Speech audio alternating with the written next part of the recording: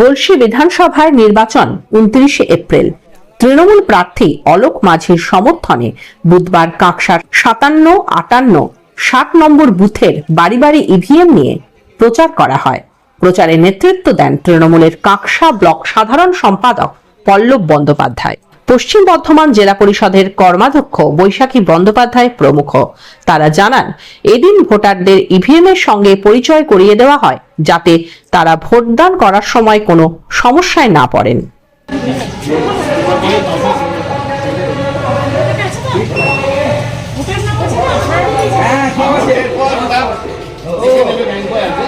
নির্বাচন কমিশন এটা অফ রেখেছে এখন, দুটো সাথে টাকা সব আসতেছে।